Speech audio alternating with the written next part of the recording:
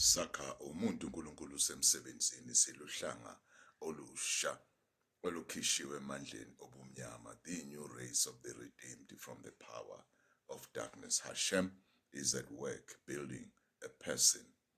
I want to give you morning nuggets. Don't trust, put your trust, let me put it that way, to men. Trust Hashem. Men will disappoint you. They will love you today and hate you with the same amount of love they loved you. They will promise you things, but they will not meet up to those promises. Men will be with you today and they'll leave you tomorrow and gossip about you and badmouth you. Men will pick you up. The same people who picked you up will drop you down.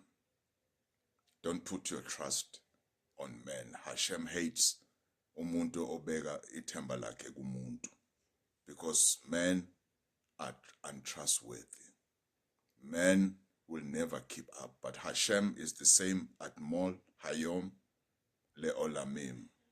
Hashem is the same yesterday, today, and forever. Hashem will never leave you nor forsake you. Trust Hashem.